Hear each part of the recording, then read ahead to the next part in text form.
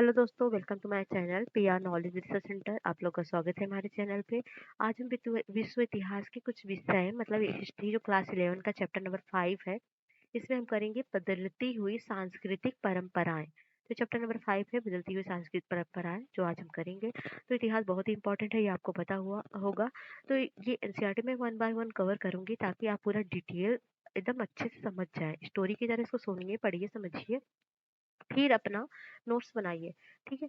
तो पूरा detail analysis है यूपीएससी एंड अदर पीसीएस के एग्जामिनेशन के लिए। तो कितना बड़ा पोर्शन ये कवर करता है ये तो आपको पता ही होगा। तो बिना टाइम वेस्ट किए हुए हम स्टार्ट करते हैं, लेकिन स्टार्ट करने से पहले प्लीज प्लीज प्लीज हमारे चैनल को लाइक शेयर सब्सक्राइब जरूर करें। तो लेट्स स्टार्ट। तो पढ़ेंगे बदलती हुई सांस्कृतिक परंपराएं। 14वीं सदी से 17वीं शताब्दी के अंत तक यूरोप के अनेक देशों में नगरों की संख्या बढ़ रही थी। एक विशेष प्रकार की नगरीय संस्कृति विकसित हो रही थी। नगर के लोग अब यह सोचने लगे थे कि गांव के लोग से अधिक सभ्य हैं।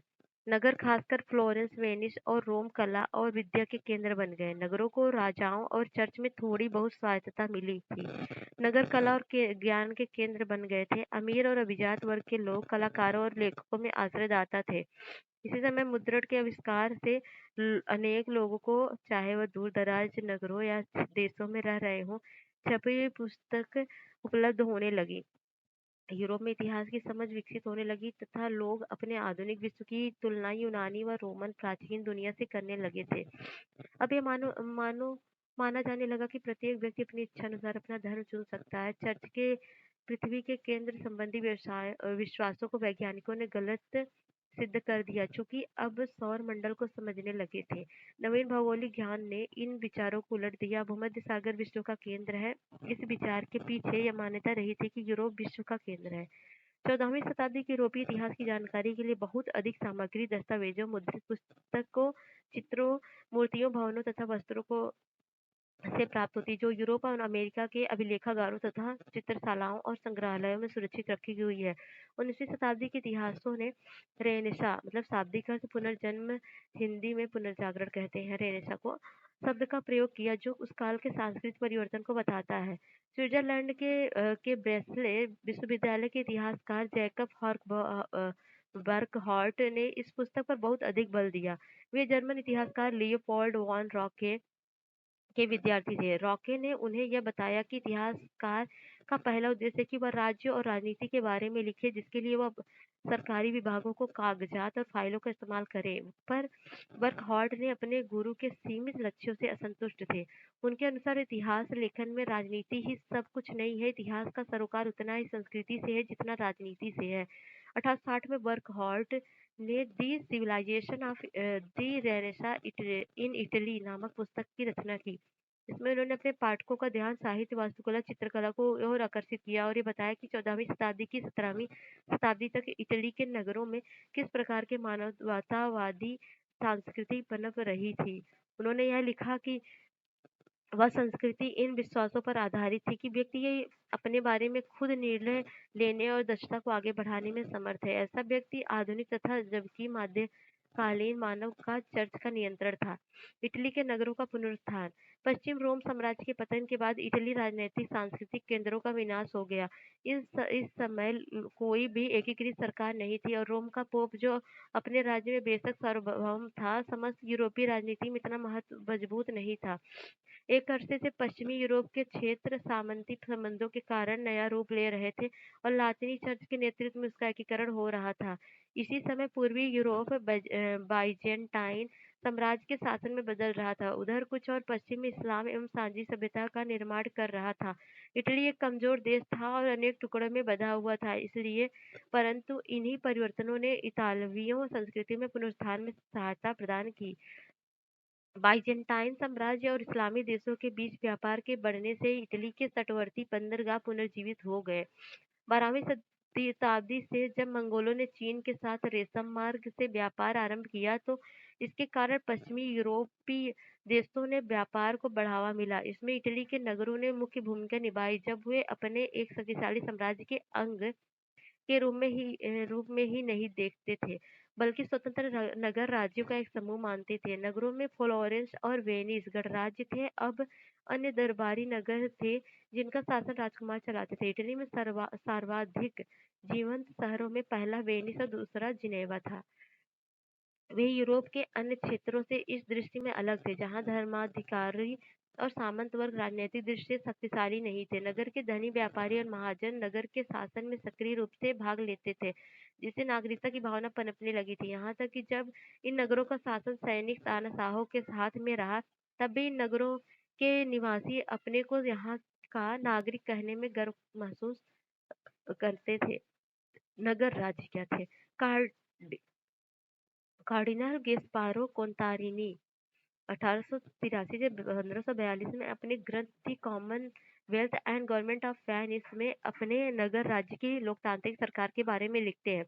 हमारे वेनिस के संयुक्त मंडल की संख्या संस्था के बारे में जानने पर आपको ज्ञात होगा कि नगर का संपूर्ण प्राधिकार एक ऐसी परिषद के हाथों में है जिसमें 25 वर्ष से अधिक आयु वाले सभी पुरुषों को सदस्यता मिल जाती है। सबसे पहले मैं आपको ये बताऊंगा कि हमारे पूर्वजों ने ऐसा क्यों बनाया कि सामान्य जनता को नागरिक वर्ग में जिनके हाथों में संयुक्त मंडल के शासन की बागडोर शामिल क्यों नहीं किए जाए।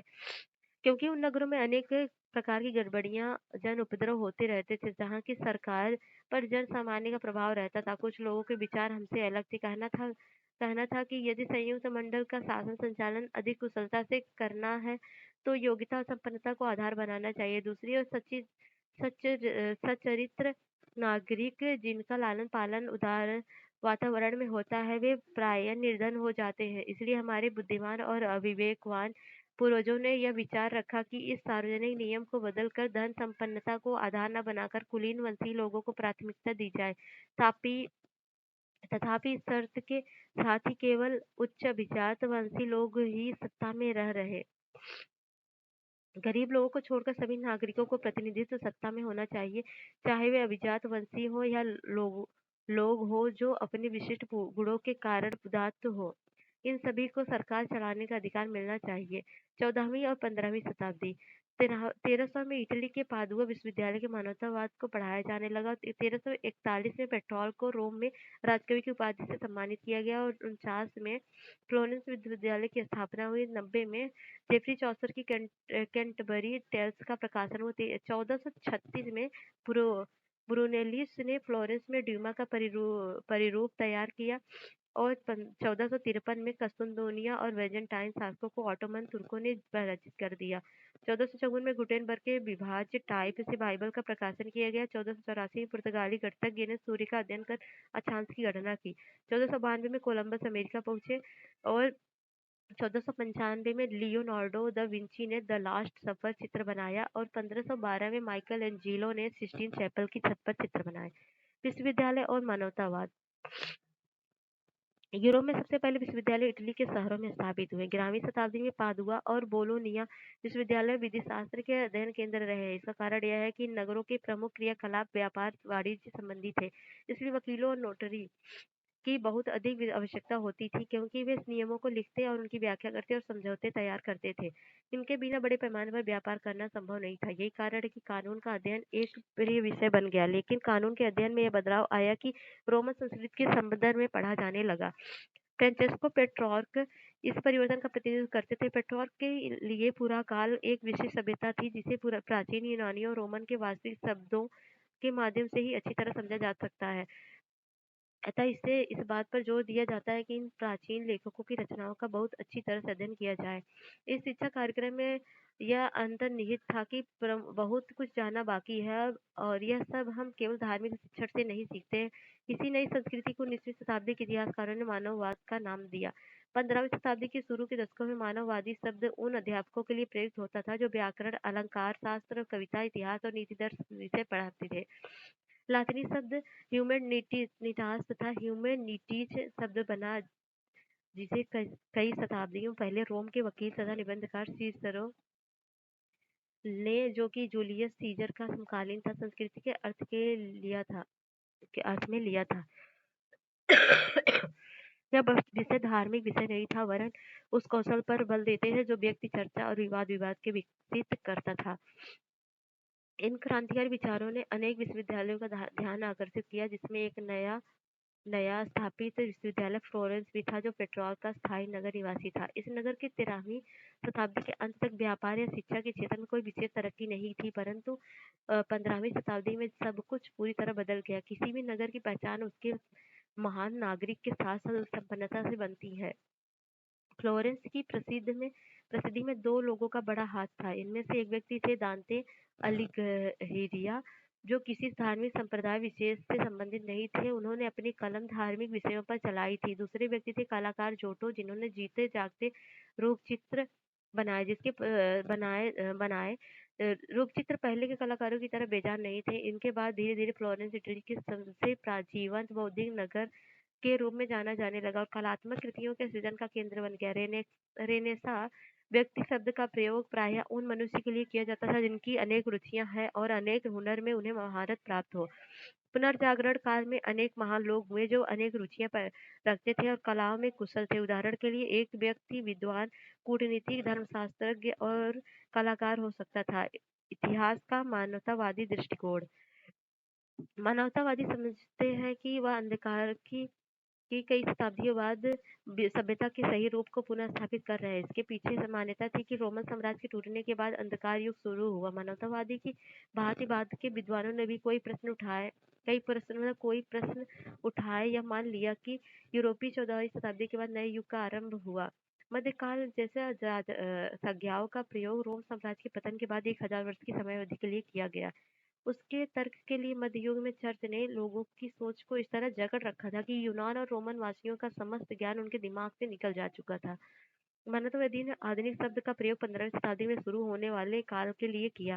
मानवतावादी और मानववाद के विद्वानों द्वारा प्रेरित कालक्रम है जिससे 5 से 14 शताब्दी मध्य युग, जिसे 5 से 9 शताब्दी को अंधकार युग और 9 से 11वीं शताब्दी को आरंभिक मध्य युग और 11 से 14 शताब्दी को उत्तर मध्य युग और 15वीं शताब्दी को आधुनिक युग माना गया। हाल ही में अनेक इतिहासकारों ने इस काल विभाजन पर सवाल उठाया। इस काल के यूरोप के बारे में जैसे-जैसे खोज और शोध बढ़ते गए, वैसे-वैसे विद्वानों ने शताब्दियों की सांस्कृतिक समृद्धि तथा असमृद्धि को आधार मानकर तीव्र विभाजन करने अपनी दुविधा जताई। किसी भी काल को अंधकार युग की संज्ञा देना उन्हें अनुचित लगा। विज्ञान और दर्शन अरबियों का योगदान क्या था?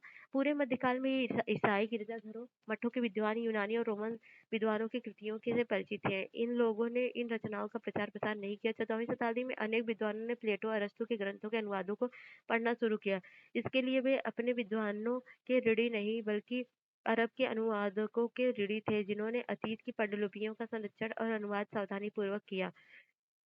जबकि एक ओर यूरोप के विद्वान यूनानी ग्रंथों के अरबी अनुवादों का अध्ययन कर रहे थे, दूसरी ओर यूनानी विद्वान अरबी और फारसी विद्वानों की कृतियों को अन्य यूरोपीय लोगों के बीच प्रसार के लिए अनुवाद कर रहे थे। ग्रंथ प्राकृतिक विज्ञान, गणित, खगोल विज्ञान, औषधि विज्ञान, रसायन विज्ञान से संबंधित थे। टालेमी के अल्जबेस्ट में अरबी भाषा के विशेष उपपद अल का उल्लेख है, जो कि यूनानी और अरबी भाषा के बीच रहे संबंधों को दर्शाते हैं। मुसलमान लेखकों, जिन्हें इतालवी दुनिया में ज्ञानी माना जाता था, वे में अरबी हकीम और मध्य एशिया के बुखारा के दार्शनिक इब्न सीना, लातिनी के एविसीना और अंतर्विज्ञान विश्वकोश के लेखक अल राजी सम्मिलित थे। स्पेन के अरबी दार्शनिक इब्न रुश्द, लातिनी में अर्जियो, जिसे 1126-98 में दार्शनिक ज्ञान और धार्मिक विश्वासों के बीच रहे तनाव को सुधारने की चेष्टा की। उनकी पद्धति को ईसाई चिंतकों द्वारा अपनाया गया। मानववादी अपनी बात लोगों तक तरह-तरह से पहुंचाने लगे। यदि विश्वविद्यालयों ने पाठ्यक्रम चर्चा पर कानून, आयुर्विज्ञान और धर्मशास्त्र का दबदबा रहा, फिर भी मानवतावादी विषय धीरे-धीरे स्कूलों में पढ़ाया जाने लगा। यह सिर्फ इटली में ही नहीं बल्कि यूरोप के अन्य देशों में भी हुआ। कलाकार और यथार्थवाद। उस काल के लोगों के विचार को आकार देने का साधन मानवतावाद के लिए केवल औपचारिक शिक्षा ही नहीं, वास्तुकला और ग्रंथों मानवतावादी विचारों को फैलाने में प्रभावी भूमिका निभाई। कला प्रकृति में रची बसी होती थी, जो इसके सार को पकड़ सकता है वहाँ वहाँ वही इसको प्राप्त कर सकता है। इसके अतिरिक्त आप अपनी कला को गणित द्वारा दिखा सकते हैं। जिंदगी की अपनी आकृति से आपकी कृति कितनी जुड़ी होगी, उतना ही सुंदर आपका चित्र होगा। कोई भी आदमी केवल अपनी कल्पना मात्र से सुंदर आकृति नहीं बना सकता, जब तक वो अपने मन को जीवन की प्रतिछवि में ना भर लिया हो। तो पहले कलाकारों द्वारा बनाए गए चित्रों के अध्ययन से नए कलाकारों को प्रेरणा मिली। रोमन संस्कृति के भौतिक अवशेषों की उतनी ही उत्सुकता के साथ खोज की गई जितनी कि अतीत के प्राचीन ग्रंथों की। रोम साम्राज्य के पतन के 1000 साल बाद भी प्राचीन रोम और उसके उजाड़ नगरों के खंडहरों में कलात्मक वस्तुएं मिली। अनेक शताब्दियों पहले बनी आदमी और औरतों की संतुलन मूर्तियों के प्रति आदर ने उस परंपरा को कायम रखने के लिए इतालवी वास्तुविदों को प्रोत्साहन दिया मतलब किया। 1416 में दोनातल्लो ने सजीव मूर्तियां बनाकर नई परंपरा कायम की। ये चित्र आप देख सकते हैं द पाइटा चित्र में माइकल एंजिलो ने मेरी को ईसा के शरीर को धारण करने पर दिखाया है। ठीक है। कलाकारों द्वारा हूबहू मूल आकृति जैसी मूर्तियों को बनाने की चाह को वैज्ञानिक कार्यों से सहायता मिली। नर कंकालों का अध्ययन करने के लिए कलाकार आयुर्विज्ञान कॉलेजों की प्रयोगशाला में गए। बेल्जियम मूल के आर्डोइस वेलिसियस पादुआ विश्वविद्यालय में आयुर्विज्ञान के प्राध्यापक थे। वे पहले व्यक्ति थे जिन्होंने सूक्ष्म परीक्षण के लिए मनुष्य के शरीर की चीर-फाड़ की। इसी समय से आधुनिक शरीर क्रिया विज्ञान फिजियोलॉजी का प्रारंभ हुआ। यह स्वनिर्मित रूपचित्र लियोनार्डो दा विंची का है, जिनकी आश्चर्यचकित अभिरुचि वनस्पति विज्ञान और शरीर रचना विज्ञान से लेकर गणित शास्त्र और कला का विस्तृत थी। उन्होंने मोनालिसा और लास्ट सपर द लास्ट सपर चित्रों की रचना की। उनका यह स्वप्न था कि उड़ सके आकाश में उड़ सके। वे वर्षों तक आकाश में पक्षियों के उड़ने का परीक्षण करते रहे और उन्होंने एक उड़ान मशीन का प्रतिरूप डिजाइन बनाया। उन्होंने अपना नाम लियोनार्डो दा विंची परीक्षण का अनुयायी रखा। चित्रकारों के लिए नमूने के तौर पर प्राचीन कृतियां नहीं थी, लेकिन मूर्तिकारों की तरह उन्होंने यथार्थ चित्र बनाने की कोशिश की। उन्हें अब यह मालूम हो गया कि रेखा गणित के चित्र से चित्रकार अपने परिदृश्य को ठीक तरह से समझ सकता है तथा प्रकाश के बदलते गुणों का अध्ययन करने से उनके चित्रों में त्रि-आयामी रूप दिया जा सकता है। लेप चित्र के लिए तेल के एक माध्यम के रूप में प्रयोग ने चित्रों को पूर्व की तुलना में अधिक रंगीन और चटक बनाया। उनके अनेक चित्रों ने दिखाए गए वस्त्रों के डिजाइन और रंग संयोजन में चीनी और फारसी चित्रकला का प्रभाव दिखाई देता है, जो उन्होंने मंगोलिया से मिली थी। इस तरह शरीर विज्ञान, रेखागणित, भौतिकी और सौंदर्य की उत्कृष्ट भावना ने इतालवी कला को नया रूप दिया, जिन्हें बाद में यथार्थवाद कहा गया। यथार्थवाद की यह परंपरा 19वीं शताब्दी तक चलती रही। वास्तुकला क्या 15वीं शताब्दी में रोम नगर भव्य रूप से पुनर्जीवित हो उठा। 1417 में पोप राजनीतिक दृष्टि से शक्तिशाली बन गए, क्योंकि 1378 से दो प्रत्याशी पोप के निर्वाचन से जन्मी दुर्बलता का अंत हो गया। उन्होंने रोम के इतिहास के अध्ययन को सक्रिय रूप से प्रोत्साहित किया। पुरातत्वविदों द्वारा रोम के अवशेषों का सावधानीपूर्वक उत्खनन किया गया। इसमें वास्तुकला की एक नई शैली को प्रोत्साहन दिया गया। वास्तव में रोम साम्राज्य कालीन शैलियों का पुनरुद्धार थी, जिसे अब शास्त्रीय शैली कहा गया। पोप, धनी व्यापारियों और अभिजात वर्ग के लोगों ने उन वास्तुविदों को अपने भवनों को बनाने के लिए नियुक्त किया जो शास्त्रीय वास्तुकला से परिचित थे। चित्रकारों और शिल्पकारों ने भवनों को लेप चित्रों, मूर्तियों और उभरने वाले चित्रों से सुसज्जित किया। इस काल में कुछ ऐसे भी लोग हुए जो कुशल चित्रकार, मूर्तिकार, वास्तुकार सभी कुछ थे। इसका सबसे श्रेष्ठ उदाहरण माइकल एंजेलो बुआनारोत्ती है, जिन्होंने पोप के सिटीज चैपल की भीतरी छत में लेप चित्र दी पाइटा नामक प्रतिमा और सेंट पीटर गिरजे के गुम्बद का डिजाइन बनाया, और इनकी वजह से माइकल एंजेलो अमर हो गए। और ये सारी कलाकृतियां रोम में ही वास्तुकार फिलिप्पो ब्रूनेलेस्ची, जिन्होंने फ्लोरेंस के भव्य गुंबद का प्रतिरूप प्रस्तुत किया था, वह अपना पेशा एक मूर्तिकार के रूप में शुरू किया। इस काल में एक और अनोखा बदलाव आया। अब कलाकार की पहचान उनके नाम से होने लगी, ना कि पहले की तरह उनके संघ या श्रेणी के नाम से। प्रथम मुद्रित पुस्तकें। दूसरे देशों के लोग यदि महान कलाकारों द्वारा रचित लेप चित्रों, मूर्तियों या भवनों को देखना चाहते थे, तो उन्हें इटली की यात्रा करनी पड़ती थी। किंतु जहाँ तक साहित्य की बात है, जो कुछ भी इटली में लिखा गया विदेशी तक पहुंचा। ये सब 16वीं शताब्दी के क्रांतिकारियों द्वारा मुद्रण प्रौद्योगिकी की दक्षता की वजह से हुआ। इसके लिए यूरोपीय लोग अन्य लोगों के मुद्रण प्रौद्योगिकी के लिए चीनियों तथा मंगोल शासकों के ऋणी रहे, क्योंकि यूरोप के व्यापारी और राजनयिक मंगोल शासकों के राज दरबार में अपनी यात्राओं के दौरान इन तकनीक से परिचित हुए थे। तो ऐसा ही अन्य 3 प्रमुख तकनीकीकरण नवीकरण आग्नेय शास्त्र, कंपास और फलक के विषय में भी हुआ। इससे पहले किसी ग्रंथ की कुछ हस्तलिखित प्रतियां भी थी। सन 1455 में जर्मन मूल के जोहान्सेन गुटेनबर्ग, जिन्होंने पहले छापेखाने का निर्माण किया, उनकी कार्यशाला में बाइबल की 150 प्रतियां छपी। इससे पहले इतने ही समय में एक धर्म भिक्षु बाइबल की केवल एक ही प्रति लिख पाता था। 15वीं शताब्दी तक अनेक क्लासिक ग्रंथों जिनमें अधिकतर लातीनी ग्रंथ हैं जिनका मुद्रण इटली में हुआ था। चूँकि मुद्रित पुस्तकें उपलब्ध होने लगी और इनका क्रय संभव होने लगा, छात्रों को केवल अध्यापकों के व्याख्यानों से बने नोट पर निर्भर नहीं रहना पड़ा। अब विचार, मत और जानकारी पहले की अपेक्षा तेजी से प्रसारित हुए। नए विचारों को बढ़ावा देने वाली एक मुद्रित पुस्तक कई सौ पाठकों के पास जल्दी पहुंच सकती थी। अब पाठक एकांत में बैठकर पुस्तकों को पढ़ सकता था क्योंकि उन्हें बाजार में खरीद सकता था। इससे लोगों में पढ़ने की आदत का विकास हुआ। 15वीं शताब्दी के अंत में इटली की मानवतावादी संस्कृति का आल्प्स पर्वत के पार बहुत तेजी से फैलाने का मुख्य कारण वहां पर छपी हुई पुस्तकों का वितरण था। इससे स्पष्ट है कि पहले से बौद्धिक आंदोलन खास क्षेत्र तक सीमित क्यों रहते थे। मनुष्य की एक नई संकल्पना। मानवतावादी संस्कृति की विशेषताओं से एक था मानव जीवन पर धर्म का नियंत्रण कमजोर होना। इटली के निवासी भौतिक संपत्ति, शक्ति और गौरव से बहुत ज्यादा उत्कृष्ट थे, परंतु ये जरूरी नहीं था कि अधार्मिक थे। वेनिस के मानवतावादी फ्रेंचेस्को बर्बारो ने अपनी एक पुस्तक में संपत्ति अधिग्रहण करने का एक विशेष गुण कहकर उनकी तरफदारी की। ओरेंजो वल्ला विश्वास करते थे कि इतिहास का अध्ययन मनुष्य को पूर्णतः जीवन व्यतीत करने के लिए प्रेरित करता है। उन्होंने अपनी पुस्तक अनप्लेजर में भोग विलास पर लगाई गई ईसाई धर्म की निषेधाज्ञा की आलोचना की। इस समय लोगों ने अच्छे व्यवहार और प्रति दिलचस्पी थी। व्यक्ति को किस तरह विनम्रता से बोलना चाहिए, कैसे कपड़े पहनने चाहिए और एक सभ्य व्यक्ति को किसमें दक्षता हासिल होनी चाहिए। अगला है मानवतावादी का मतलब है यह भी है कि व्यक्ति विशेष सत्ता और दौलत की होड़ को छोड़कर अन्य कई माध्यम से अपने जीवन को रूप दे सकता है। यह आदर्श से इस विश्वासों के साथ घनिष्ठ रूप से जुड़ा था कि मनुष्य का स्वभाव बहुमुखी हो जो कि तीन भिन्न भिन्न वर्गों में जिसमें सामंती समाज विश्वास रखता था के विरुद्ध गया।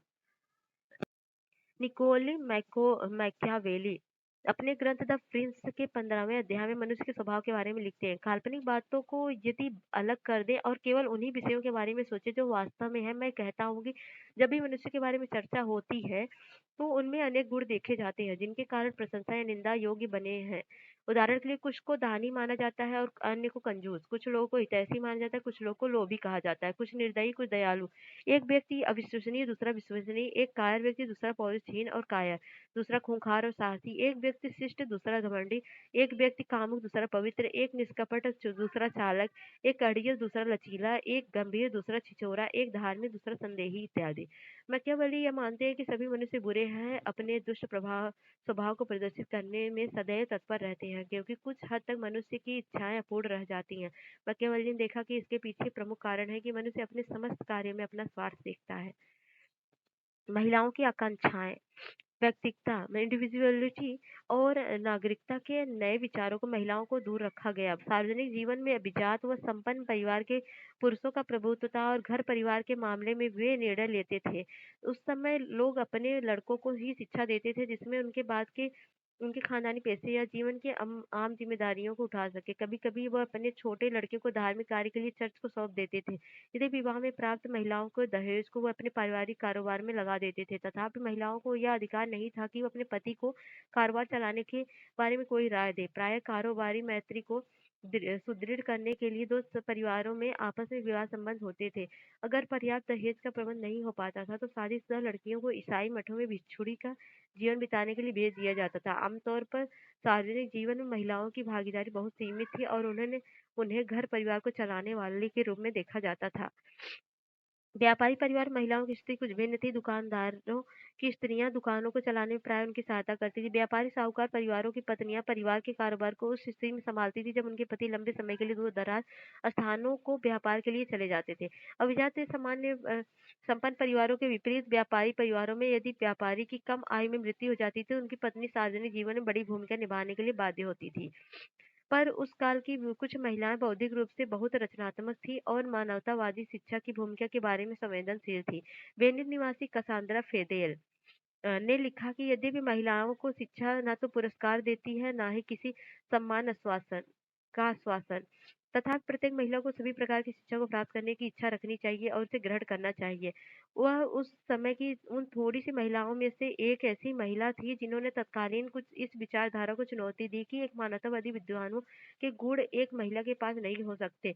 फेदेल का नाम यूनानी और लातिनी भाषा के विद्वानों के रूप में विख्यात था। उन्हें पादुआ विश्वविद्यालय में भाषण देने के लिए आमंत्रित किया गया था। फेदेल की रचनाओं से यह बात सामने आती है कि इस काल में सब लोग शिक्षा को बहुत महत्व देते थे। वेनिस की अनेक लेखिकाओं में से एक थी जिन्होंने गणतंत्र की आलोचना स्वतंत्रता की बहुत सीमित परिभाषा निर्धारित करने के लिए की, जो महिलाओं की अपेक्षा पुरुषों की इच्छा का ज्यादा समर्थन करती थी। इस काल की एक अन्य प्रतिभाशाली महिला मंटुआ की मर्चिसा इसाबेला दी इस्ते थी। उन्होंने अपने पति की अनुपस्थिति में अपने राज्य का शासन किया। यदि मंटुआ एक छोटा राज्य था, तथापि उसका राज दरबार अपनी बौद्धिक प्रतिभा के लिए विख्यात था। महिलाओं की रचनाओं से उनके इस दृढ़ विश्वास का पता चलता है कि उन्हें पुरुष प्रधान समाज में अपनी पहचान बनाने के लिए अधिक आर्थिक स्वायत्तता, संपत्ति और शिक्षा मिलनी चाहिए। लेखक और कूटनीतिज्ञ बल्थासार कॉस्टिलियनो ने अपनी पुस्तक दी कॉर्टियर में लिखा, मेरे विचार से अपने तौर तरीके, व्यवहार, बातचीत के तरीके, भाव भंगिमा और छवि में एक महिला पुरुष के सदृश नहीं होनी चाहिए। जैसे कि यह कहता है कि बिल्कुल उपयुक्त होगा कि पुरुषों को हट्टा-कट्टा और पौरुष संपन्न होना चाहिए। इसी तरह एक स्त्री के लिए अच्छा है कि उसमें कोमलता, सदृढ़ता हो। एक स्त्रीयोचित मधुरता का आभास उसके हर स्वभाव में हो। उसके चाल चलन, रहन-सहन और ऐसे ही कार्य में हो जो वह करती है, ताकि ये सारे गुण उसे हर हाल में एक स्त्री के रूप में ही दिखाई न दे, किसी पुरुष के सदृश। यदि उन अनुभवों द्वारा दरबारियों को सिखाए गए नियमों में इन नीति विवचनों को जोड़ दिया जाए, तो महिलाएं उनमें से अनेक को अपनाकर खुद को बेहतरीन गुणों से सुसज्जित कर सकेंगी। क्योंकि मेरा यह मानना है कि मस्तिष्क के कुछ ऐसे गुण जो महिलाओं के लिए उतना ही आवश्यक है जितने कि पुरुष के लिए, जैसे कि अच्छे कुल का होना, दिखावे का परित्याग करना, सहज रूप से शालीन होना, आचरणवान, चतुर और बुद्धिमान होना, गर्वी, ईर्ष्यालु, कटु और उद्दंड न होना। जैसे महिलाएं उन क्रीड़ाओं को शिष्टता और मनोहरता के साथ संपन्न कर सकें जिसके लिए उपयुक्त है। ईसाई धर्म के अंतर्गत वाद विवाद, व्यापार और सरकार, सैनिक विजय और कूटनीतिक संपर्क के कारण इटली के नगरों और राज दरबारों के दूर दूर के देशों में संपर्क स्थापित हुए। नई संस्कृति की शिक्षित और समृद्धशाली लोगों द्वारा प्रशंसा की नहीं की गई, वरन उनको अपनाया भी गया, परंतु वह नए विचारों के कुछ ही आम आदमी तक पहुंच सके क्योंकि वे साक्षर नहीं थे। 15वीं से और आरंभिक 16वीं शताब्दी में उत्तरी यूरोप और विश्वविद्यालयों के अनेक विद्वान मानवतावादी विचारों को आकर्षित हुए। अपने इतालवी सहकर्मियों की तरह उन्होंने भी यूनान, रोम क्लासिक ग्रंथों और ईसाई धर्म ग्रंथों के अध्ययन पर अधिक ध्यान दिया। पर इटली के विपरीत, जहाँ पेशेवर विद्वान मानवतावादी आंदोलन पर हावी हो रहे थे, उत्तरी यूरोप में मानवतावाद की ईसाई चर्च के अनेक सदस्यों को आकर्षित किया। उन्होंने ईसाइयों को अपने पुराने धर्म ग्रंथों में बताए गए तरीकों में धर्म का पालन करने का आह्वान किया। साथ ही उन्होंने अनावश्यक कर्मकांडों को त्यागने की बात की। उनकी यह कहकर निंदा की कि उन्हें एक सरल धार्मिक के बाद में जोड़ा गया। मानव के बारे में उनका दृष्टिकोण बिल्कुल नया था, क्योंकि वे उसे एक मुक्त अविवेकपूर्ण कर्ता समझते थे। बाद के दार्शनिक बार बार इसी बात को दोहराते रहे कि वे एक दूरवर्ती ईश्वर में विश्वास रखते थे और मानते थे कि उसने मनुष्य बनाया है, लेकिन उसे अपना जीवन मुख्य रूप से चलाने की पूरी आजादी भी थी। वे यह भी मानते थे कि मनुष्य को अपनी खुशी इसी विश्व में वर्तमान में ही ढूंढनी चाहिए। ईसाई मानवतावादी जैसे कि इंग्लैंड के टॉमस मोर और हॉलैंड के इरेस्मस का यह मानना था कि चर्च एक लालची और साधारण लोगों से बात बात पर लूट खसोट करने वाली संस्था बन गई है। पादरियों का लोगों से धन ठगने का सबसे सरल तरीका पाप स्वीकारोक्ति नामक दस्तावेज था, जो व्यक्ति को उसके सारे किए गए पापों से छुटकारा दिला सकता था। ईसाइयों को बाइबल के स्थानीय भाषाओं में छपे अनुवाद से यह ज्ञात हो गया कि उनका धर्म इन प्रकार की प्रथाओं के प्रचलन की आज्ञा नहीं देता। यूरोप के लगभग प्रत्येक भाग में किसानों ने चर्च द्वारा लगाए गए इस प्रकार के अनेक करों को विरोध किया, जिसके द्वारा राजा भी राजकाज में चर्च की दखलंदाजी से चिढ़ते थे। जब मानवतावादियों ने उन्हें यह सूचित किया कि न्यायिक और वित्तीय शक्तियों पर पादरियों का दावा कांस्टेंटाइन के अनुदान नामक एक दस्तावेज से उत्पन्न होता है, जो कि प्रथम ईसाई रोमन साम्राज्य कांस्टेंटाइन द्वारा संभवतः जारी किया गया था, तो उन राजाओं को खुशी हुई, क्योंकि मानवतावादी विद्वान यह दर्शाने में सफल रहे कि कांस्टेंटाइन का वह दस्तावेज असली में नहीं बल्कि परिवर्ती काल में जालसाजी से तैयार किया गया था। 1517 में एक जर्मन युवा भिक्षु मार्टिन लूथर ने कैथोलिक चर्च के विरुद्ध अभियान छेड़ा और इसके लिए उसने दलील पेश की। मनुष्य को ईश्वर के संपर्क साधने के लिए पादरी की आवश्यकता नहीं है। उन्होंने अपने अनुयायियों को आदेश दिया कि वे ईश्वर में पूर्ण विश्वास रखें, क्योंकि केवल उनका विश्वास ही उन्हें एक सम्यक जीवन की ओर ले जा सकता है, उन्होंने स्वर्ग में प्रवेश दिला सकता है। इस आंदोलन को प्रोटेस्टेंट सुधारवाद नाम दिया गया, जिसके कारण जर्मनी और स्विट्जरलैंड के चर्च ने पोप तथा कैथोलिक चर्च से अपने संबंध समाप्त कर दिए। स्विट्जरलैंड में लूथर के विचारों को उलरिक ज्विंगली और उसके बाद जो जाओ क्लाइलविन ने काफी लोकप्रिय बनाया। व्यापारी ने समर्थन मिलने के कारण सुधारकों की लोकप्रियता शहरों में अधिक थी, जबकि ग्रामीण इलाकों में कैथोलिक चर्च का प्रभाव बरकरार रहा। जब अन्य जर्मन सुधारक जैसे कि एना बेपटिस्ट संप्रदाय के नेताओं ने इनसे कहीं अधिक उग्र सुधारक थे। उन्होंने मोक्ष के विचार को सैल्वेशन को हर तरह के सामाजिक उत्पीड़न का अंत होने के साथ जोड़ दिया। उनका कहना था कि क्योंकि ईश्वर ने सभी इंसानों को एक जैसा बनाया है, इसलिए कर देने की अपेक्षा नहीं की जानी चाहिए और उन्हें अपनी पादरी चुनने का अधिकार होना चाहिए। सामंतवाद द्वारा उत्पीड़न किसानों को आकर्षित किया। 1500 में अंग्रेजी भाषा में बाइबल का अनुवाद करने वाले लूथरवादी अंग्रेज विलियम टिंडेल ने प्रोटेस्टेंट वाद का इस तरह समर्थन किया। इस बात से सब लोग सहमत होंगे कि आपको धर्म ग्रंथ ज्ञान से दूर रखने के लिए चाहते थे कि धर्म ग्रंथ के अनुवाद आपकी मातृभाषा में उपलब्ध ना हो सके, जिससे दुनिया अंधकार में ही रहे। लोगों के अंतःकरण में बने रहे, जिसे उनके द्वारा नए व्यर्थ के विश्वास और झूठे धर्म सिद्धांत चलते रहे। जिसके रहते उनकी ऊंची आकांक्षाओं अतीत लोलुपता पूरी हो सके। इस तरह का राजा सम्राट यहाँ तक कि अपने को ईश्वर से ऊंचा बना सके, जिस बात से वे मुझे मुख्य रूप से न्यू टेस्टामेंट का अनुवाद करने की प्रेरणा दी। मुझे अपने अनुभवों से ज्ञात हुआ कि सामान्य लोगों को किसी भी सच्चाई की जब तक जानकारी नहीं हो सकती, तब तक उनके पास अपने धर्म ग्रंथ की मातृभाषा में अनुवाद उपलब्ध ना हो। इन अनुवादों से ही वे धर्म ग्रंथ की परिपाटी क्रम और अर्थ समझ सकेंगे।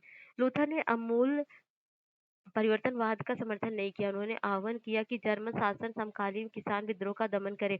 ऐसा इन शासकों ने 1526 में किया, पर इसके बावजूद अमूल परिवर्तनवाद बना रहा।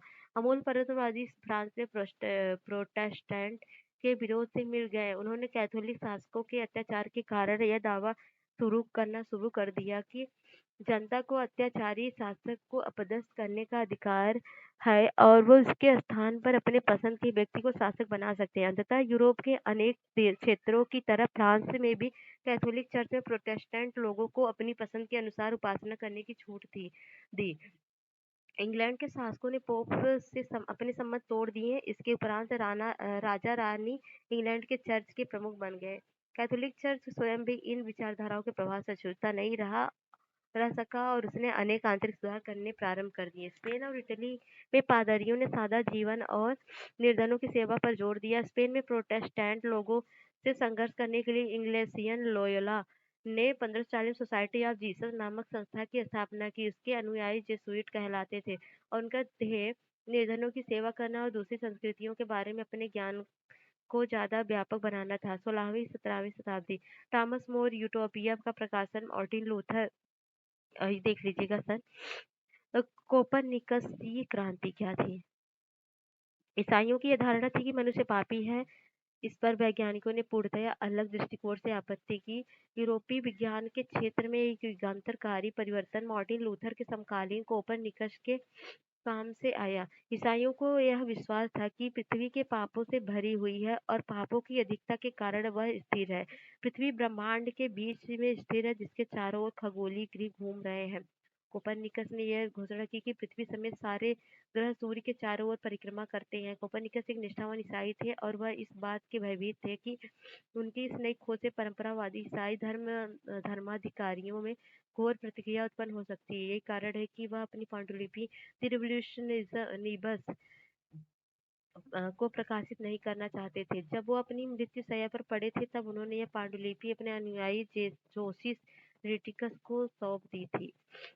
जिसमें इन विचारों को ग्रहण करने में लोगों को थोड़ा समय लगा। काफ़ी समय बाद यानी आधी शताब्दी के समय बीतने पर खगोलशास्त्री जोहानेस केपलर केपलर तथा गैलीली ने अपने लेखों द्वारा स्वर्ग और पृथ्वी के अंतर को समाप्त किया। केपलर ने अपने ग्रंथ कॉस्मोग्राफिकल मिस्ट्री खगोलीय रहस्य में कोpernicus के सूर्य केंद्रित सौरमंडल सिद्धांत को लोकप्रिय बनाया, जिसमें यह सिद्ध हुआ कि सारे ग्रह सूर्य के चारों ओर वृत्ताकार रूप में नहीं बल्कि दीर्घ वृत्ताकार मार्ग में परिक्रमा करते हैं। गैलीलियो ने अपने ग्रंथ द मोशन में गतिशील विश्व के सिद्धांतों की पुष्टि की। विज्ञान की जगत में इस क्रांति में न्यूटन गुरुत्वाकर्षण सिद्धांत के साथ अपनी प्रकाशिक ऊंचाई को छू दिया। ब्रह्मांड का अध्ययन गैलीलियो ने एक बार टिप्पणी की कि बाइबल जिस स्वर्ग का मार्ग अवलोकित करता है वह स्वर्ग किस प्रकार चलता है उसके बारे में कुछ नहीं बताता। इन विचारकों ने हमें बताया कि ज्ञान विश्वास से हटकर अवलोकन एवं प्रयोगों पर आधारित है। जैसे जैसे इन वैज्ञानिकों ने ज्ञान की खोज का रास्ता दिखाया वैसे वैसे भौतिक रासायनिक शास्त्र और जीव विज्ञान के क्षेत्र में अनेक प्रयोग और अन्वेषण कार्य बहुत तेजी से पनपने लगे। इतिहासकारों ने मनुष्य और प्रकृति के ज्ञान के इन नए दृष्टिकोणों को वैज्ञानिक क्रांति का नाम दिया। परिणामस्वरूप संदेहवादियों और नास्तिकों के मन में सारी दृष्टि की रचना के स्रोत के रूप में प्रकृति ईश्वर का स्थान लेने लगे। यहाँ तक कि वे लोग जिन्होंने ईश्वर में अपने विश्वास को बरकरार रखा भी एक दूरस्थ ईश्वर की बात करने लगे थे। भौतिक दुनिया में जीवन को प्रत्यक्ष रूप से नियंत्रित नहीं करता था। इस प्रकार के विचारों को वैज्ञानिक संस्थाओं के माध्यम से लोकप्रिय बनाया गया, जिसमें सार्वजनिक क्षेत्र में एक नई वैज्ञानिक संस्कृति की स्थापना हुई। 1670 में बनी पेरिस अकादमिक और 1682 में वास्तविक ज्ञान के प्रसार के लिए लंदन में गठित रॉयल सोसाइटी ने लोगों की जानकारी के लिए व्याख्यानों का आयोजन किया और सार्वजनिक प्रदर्शन के लिए प्रयोग करवाए। 14वीं सदी में क्या यूरोप में पुनर्जागरण हुआ? तो अब हम पुनर्जागरण की अवधारणा पर पुनर्विचार करें। क्या हम यह कह सकते हैं कि इस काल में अतीत से साफ विच्छेद हुआ और यूनानी और रोमन परंपराओं से जुड़े विचारों का पुनर्जन्म हुआ? क्या इससे पहले का काल अंधकार का समय था?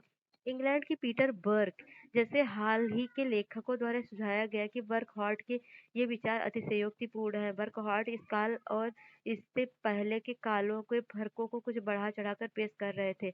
ऐसा करने में उन्होंने पुनर्जागरण शब्द का प्रयोग किया। इस शब्द में यह अंतर्निहित है कि यूनान और रोमन सभ्यताओं का 14वीं शताब्दी में पुनर्जन्म हुआ और समकालीन विद्वानों और कलाकारों में ईसाई विश्व दृष्टि की जगह पूर्व ईसाई विश्वदृष्टि का प्रचार प्रसार किया।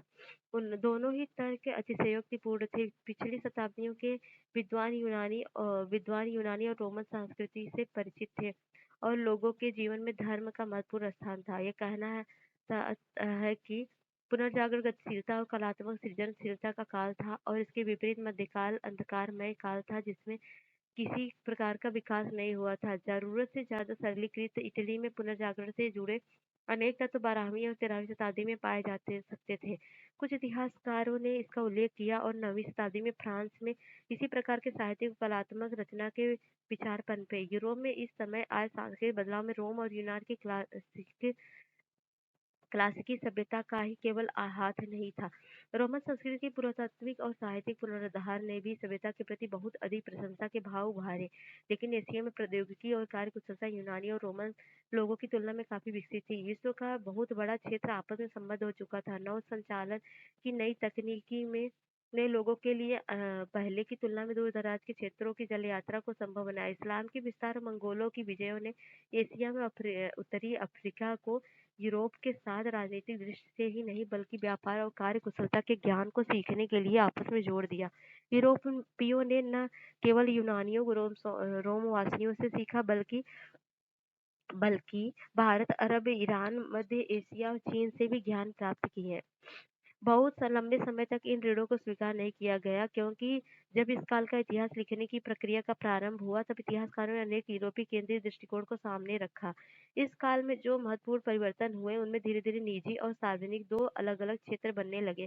जीवन के सार्वजनिक क्षेत्र का तात्पर्य सरकार के कार्य क्षेत्र और औपचारिक धर्म से संबंधित था और निजी क्षेत्र में परिवार व्यक्ति का निजी धर्म था। व्यक्तियों की दो भूमिकाएं थी, निजी और सार्वजनिक। वह न केवल तीन वर्गों में से किसी एक वर्ग का सदस्य ही था बल्कि अपने आप में एक स्वतंत्र व्यक्ति था। एक कलाकार किसी संघ या गिल्ड का सदस्य मात्र ही नहीं होता था बल्कि वह अपने हुनर के लिए भी जाना जाता था। 18वीं शताब्दी में व्यक्ति की इस पहचान को राजनीतिक रूप से अभिव्यक्त किया गया, इस विश्वास के साथ ही प्रत्येक व्यक्ति के एक समान राजनीतिक अधिकार है। इस काल की एक महत्वपूर्ण विशेषता यह थी कि भाषा के आधार पर यूरोप के विभिन्न क्षेत्रों में अपनी पहचान बनानी शुरू की। पहले आंशिक रूप से रोमन साम्राज्य द्वारा और बाद में लातीनी भाषा और ईसाई धर्म द्वारा जुड़ा यूरोप अब अलग-अलग राज्यों में बँटने लगा। इन राज्यों के आंतरिक जुड़ाव का कारण समान भाषा का होना था। तो चैप्टर यहीं खत्म होता है। क्वेश्चन आंसर इसको देने का प्रयास कीजिएगा। कैसा लगा ये चैप्टर बताइएगा ज़रूर और हाँ, अपना कमेंट ज़रूर करिएगा और इसको लाइक, शेयर, सब्सक्राइब ज़रूर करिएगा और देख लीजिए एक बार क्या-क्या आपने पढ़ा। तो मिलते हैं नेक्स्ट वीडियो में नेक्स्ट चैप्टर के साथ और जाने से पहले हमारे चैनल को लाइक, शेयर, सब्सक्राइब ज़रूर करें। जय हिंद, जय भारत।